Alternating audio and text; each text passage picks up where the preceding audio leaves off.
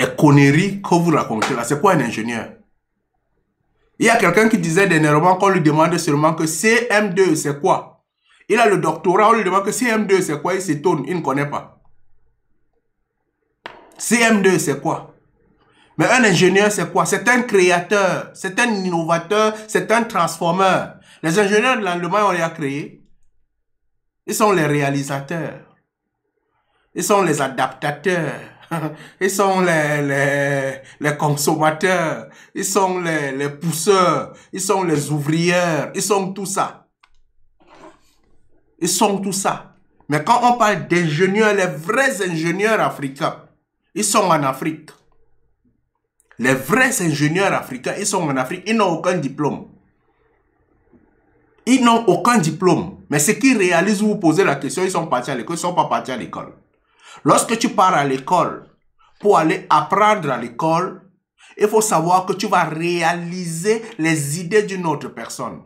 Mais lorsque tu es ingénieur, tu n'es pas réalisateur d'idées d'une autre personne. Tu es un innovateur, tu es un créateur. Donc lorsque tu te lèves, tu pars à l'école pour sortir ingénieur, tu es un con. Tu es un con. Un ingénieur s'assoit, il pense qu'il voit un problème et il dit par rapport à ce problème, je vais apporter une solution. Par rapport à ce problème, je vais apporter une solution. Mais regardez les montagnes qu'on a en Afrique avec la boue. Il s'appelle ingénieur pont et chaussée. Jusqu'à l'heure actuelle, j'ai réfléchi encore dernièrement. L'argile, prenons un peu un côté de l'Afrique. On vient nous tromper avec le goudron. Le goudron. Mais regardons seulement l'argile. Nos routes sont argileuses. Si vous voyez beaucoup de boue comme ça, c'est l'argile. Mais est-ce que vous avez vu une poterie en argile? Ça se casse facilement. Ça ne se casse pas facilement. Ce qui veut dire que l'Afrique dans son ensemble n'a pas besoin de goudron. Il a juste besoin de transformer la terre rouge qu'on a en goudron. En le rendant comme de la poterie, ça va couler normalement. Et c'est bio.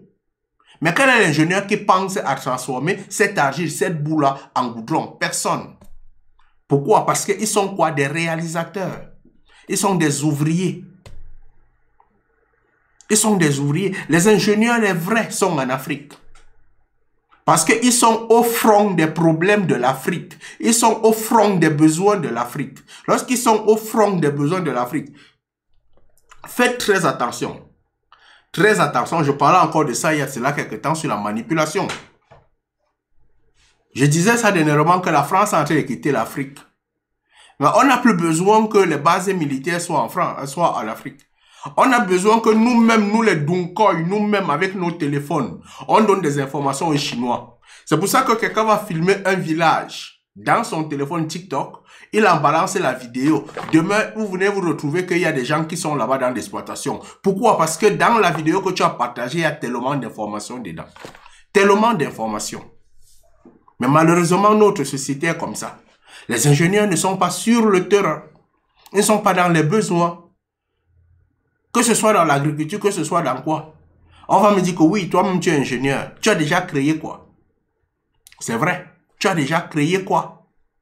Moi-même, je me pose la question là, mais j'ai quand même mes créations. Aussi minime que soit ta création, sache que tu as créé. Aussi minime que soit ta création, tu penses que tu n'as pas créé, mais tu as créé. Aussi minime que ça soit. Et c'est ce qu'on devrait respecter. Je dis que aussi minime. Donc si ingénieur Boris qui est là, ils sont ingénieurs chimistes, aussi minime, c'est-à-dire que si tu crées juste une goutte qui est capable de rendre le maïs peut-être jaune, ça devient un maïs rose, sache que tu as créé quelque chose. Et c'est ce doute-là qu'on n'a pas, c'est cette confiance-là qu'on n'a pas dans nos cerveaux. Parce qu'on minimise nos créations, on minimise nos innovations. Il y a un truc que j'ai vu ici sur Internet, comment on déterre le manioc. On déterre le manioc, ça ne casse plus le dos. Pour une personne, c'est trop rien. C'est un soudeur fabrique ça. Il dit que non, j'ai créé quelque chose, on peut déterrer le manioc facilement. Pour lui, c'est rien. Mais s'il te plaît, rien que ce qu'il a créé là, quand on prend ça, il peut se retrouver qu'il a le prix Nobel. Pourquoi? Parce qu'il a résolu le problème du casse-dos quand on déterre le manioc. Et c'est un gros problème qu'il a résolu. Mais notre société, on ne pense pas à ça. On néglige tellement nos inventions. On néglige tellement nos innovations. On néglige tellement. Une grand-mère va sortir là, elle va découvrir que lorsque je prends la feuille de, je vais dire quoi, peut-être de ndolé, je mets dans le sanga. Le ndolé devient un peu sucré. Pour elle, elle n'a rien créé, hein. Elle n'a rien découvert. Mais elle a découvert quelque chose, peut-être dans le côté amer du ndolé, il y a du sucre dedans. Et lorsque tu mets ça, le ndolé devient sucré. Voilà de l'innovation. Ah, vraiment. Roi Boris, je ne veux pas te bombarder, pardon. Je ne veux pas te bombarder. Je te respecte beaucoup. Parce que tu es parmi les gars de l'Allemagne que je les vois dans beaucoup. Je ne veux pas te bombarder. Si je veux te bombarder, c'est que tu viens d'écrire là. La dernière phrase que tu viens d'écrire là. Tu viens de dire quelque chose qui fait en sorte que tu m'amènes à douter et à dire le mot qui finit souvent sur mes mots. Il faut faire attention. Parce que c'est cette confiance en soi là que je veux que l'Africain développe. Le cerveau.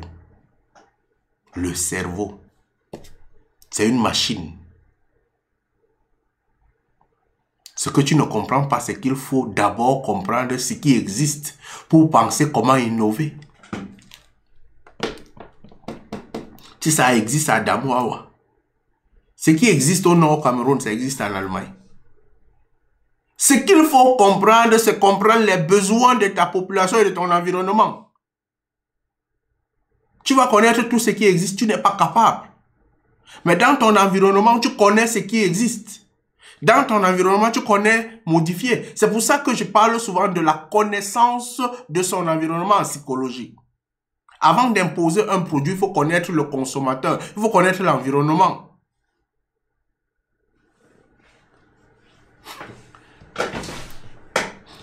Tu peux monter, non? J'ai peur de ça.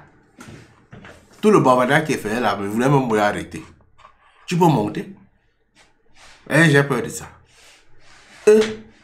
La dernière chose que j'ai peur, c'est que quelqu'un prenne la caméra et me dit débat. Je vais dire, hein? Bienvenue. Bienvenue. Hein? Oh.